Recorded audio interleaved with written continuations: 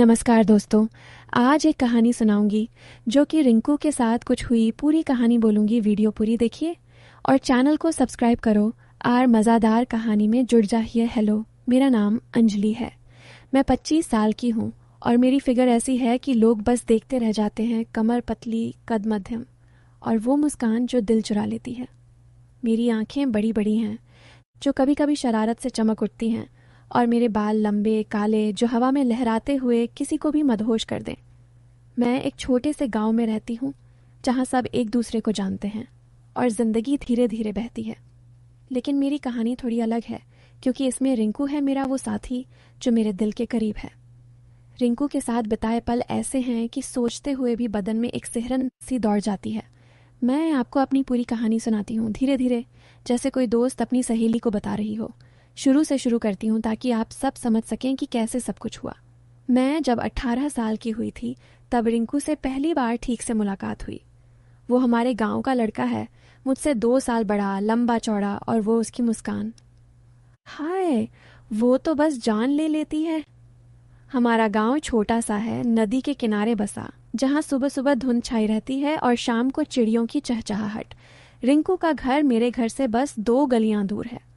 बचपन में हम खेलते थे, लेकिन बड़े होने पर बातें अलग हो गईं। एक दिन गांव के मंदिर में पूजा थी। मैं वहां साड़ी पहनकर गई थी, लाल रंग की, जो मेरे बदन पर ऐसे चिपकी थी जैसे कोई गले लगा रहा हो। पूजा के बाद सब लोग बातें कर रहे थे और रिंकू वहां खड़ा था, अपनी आंखों से मुझे घूर रहा था। मैंने मुस्कुरा दी और वो पास आ गया। अंजलि, आज तो तुम अलग ही लग रही हो, उसने कहा। उसकी आवाज़ में वो गहराई थी जो दिल को छू जाती है। मैंने हंसकर कहा, क्यों, रोज़ क्या लगती हूँ? वो बोला, रोज़ भी अच्छी, लेकिन आज तो बस कह नहीं सकता। उसकी बातों में वो मिठास थी जो थोड़ी शरारत वाली लगती थी। हम वहाँ खड़े बातें करने लगे, मंदिर की सीढ़ियों पर।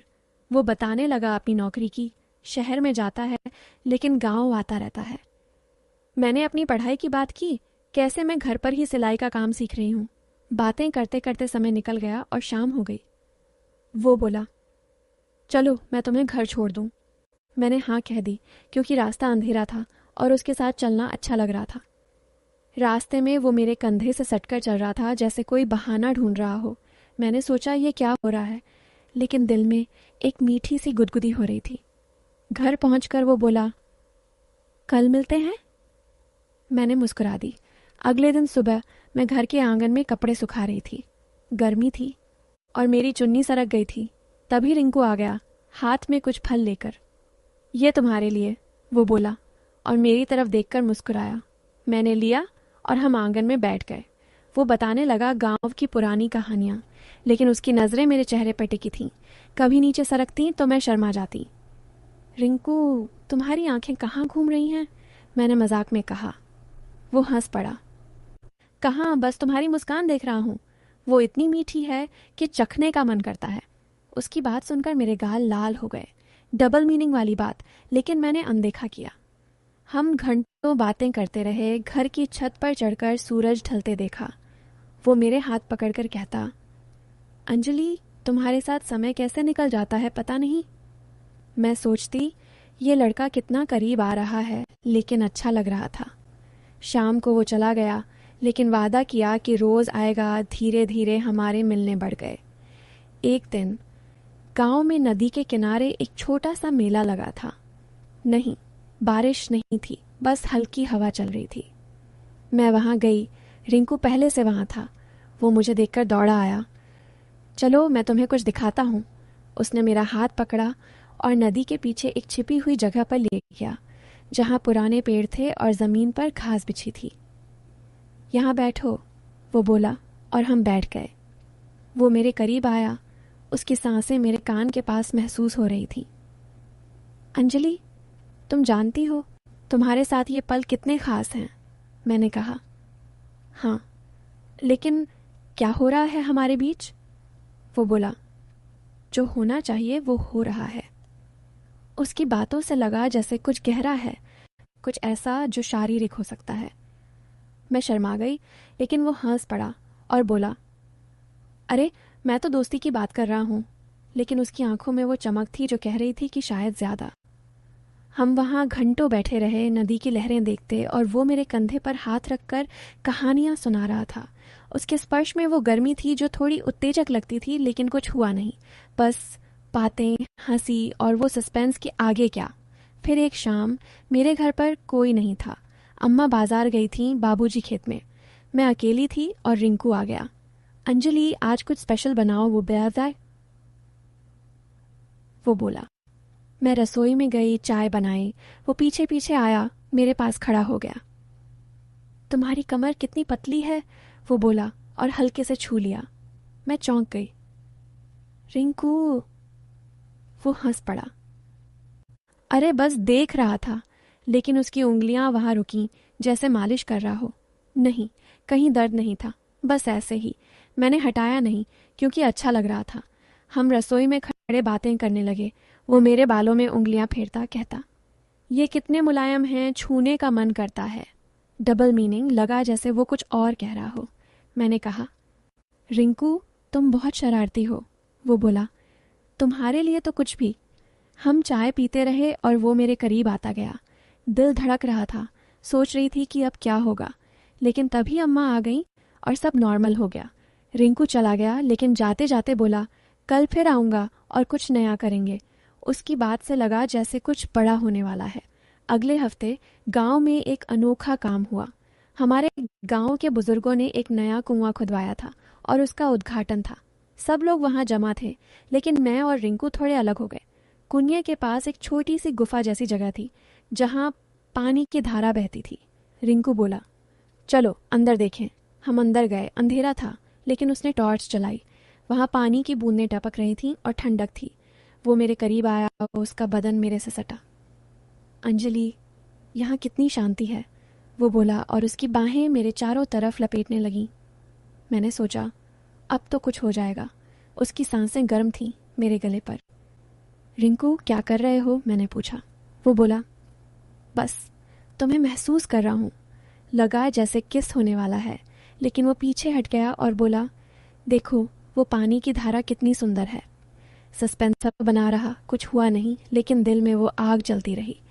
हम बाहर आए और सबके साथ जश्न मनाया। लेकिन रिंकू की आंखें कह रही थीं कि आगे बहुत कुछ है। समय बीतता गया और हमारे मिलने और गहरे होते गए। एक दिन मैं घर पर अकेली थी और रिंकू आया। हम छत पर गए, जहाँ से गांव का नज़ारा दिखता है। हवा तेज़ थी, मेरी साड़ी उड़ रही थी। रिंकू ने मुझे पकड़ा। गिर जाओगी, बोला। उसका हाथ मेरी कमर पर था, दबाव से। रिंकू, तुम्हारा स्पर्श कितना गर्म है, मैंने कहा। वो मुस्कुराया। तुम्हारा बदन भी तो नरम है। बातों में वो मसाला था। लगा जैसे वो मुझे छूने का बहाना ढूंढ रहा है। हम वहाँ लेट गए, आकाश देखते। वो मेरे बालों में उंगलियां फेरता कहता, अंजलि, तुम्हारे साथ ये पल जैसे सपना, मैं तुम्हें कभी नहीं छोड़ूंगा। मैं सोचती, ये प्यार है या कुछ और। उसकी उंगलियां मेरे कंधे से नीचे सरकती, लेकिन रुक जाती। सस्पेंस कि कब आगे बढ़ेगा। लेकिन शाम हो गई और वो चला गया। फिर एक अनोखी घटना हुई। गांव में एक पुराना किला था जो अब खंडहर था। लोग कहते थे वहां भूत हैं, लेकिन रिंकू बोला, चलो रात को एक्सप्लोर करें। मैं डर गई, लेकिन उसके साथ जाना था। रात 10 बजे हम चुपके से गए। किले में अंधेरा, सिर्फ चांद की रोशनी। रिंकू ने मेरा हाथ पकड़ा। डरो मत, मैं हूं ना। हम अंदर गए, दीवारों पर हाथ फेरते। वो मुझे एक कोने में ले गया जहां पुरानी मूर्तियां थीं। देखो ये कितनी सुंदर हैं, बोला, लेकिन उसकी नज़रें मुझ पर थीं। वो करीब आया, उसका चेहरा मेरे चेहरे के पास। अंजलि, यहाँ कोई नहीं है, सिर्फ हम। उसकी बात से लगा जैसे अब तो लिमिट क्रॉस होगी। मैंने आंखें बंद कर लीं इंतज़ार में। लेकिन वो बोला, शशश, सुनो वो हवा की आवाज़। कुछ नहीं हुआ, बस वो मुझे गले लगा लिया जैसे बोहो कर रहा हो। हम वहाँ से निकले, लेकिन दिल में वो चाहत बढ़ गई। धीरे धीरे महीने बीतते गए। रिंकू रोज़ आता, हम बातें करते। कभी घर के पीछे बगीचे में जहाँ फूल खिले थे, वो फूल तोड़कर मेरे बालों में लगाता, कहता, तुम फूल से ज़्यादा सुंदर हो। उसकी उंगलियां मेरे गाल छूती और मैं शर्मा जाती। रिंकू, तुम बहुत क्लोज आ रहे हो, मैं कहती। वो बोला, क्लोज होना चाहिए, तभी तो मज़ा है। डबल मीनिंग थार की मनसोचता की फिजिकल क्लोजनेस। लेकिन असल में वो दोस्ती की बात कर रहा था। एक दिन हम बगीचे में बैठे थे और वो मेरे पैरों के पास बैठ गया। तुम्हारे पैर कितने नाजुक हैं, बोला और हल्के से दबाया। लगा जैसे मसाज, लेकिन कुछ नहीं, सस्पेंस बना रहा। फिर गांव में एक नया त्योहार आया जो हमारा लोकल था, फसल की कटाई का जश्न। सब लोग खेतों में जाते, लेकिन मैं और रिंकू एक अलग खेत में चले गए जहां पुरानी झोपड़ी थी। वो बोला, यहाँ आराम करें। हम अंदर गए, जमीन पर चटाई बिछाई। वो मेरे बगल में लेट गया, उसका हाथ मेरे हाथ पर। अंजलि, तुम्हारी गर्मी महसूस हो रही है, बोला। मैंने कहा, गर्मी तो है ही, लेकिन उसकी बात का मतलब कुछ और लगा। वो करीब आया, उसकी सांसें मेरी गर्दन पर। सोच रही थी अब तो हो जाएगा, लेकिन तभी बाहर से आवाज आई, कोई बुला रहा था। हम बाहर निकले और जश्न में शामिल हो गए। फिर से सस्पेंस। समय के साथ हमारी बॉन्डिंग और मजबूत हुई। रिंकू मुझे अपनी जिंदगी की हर बात बताता और मैं उसे। एक शाम हम नदी के पुल पर खड़े थे, पानी बहता देखते। वो बोला, अंजलि, मैं तुम्हारे बिना नहीं रह सकता।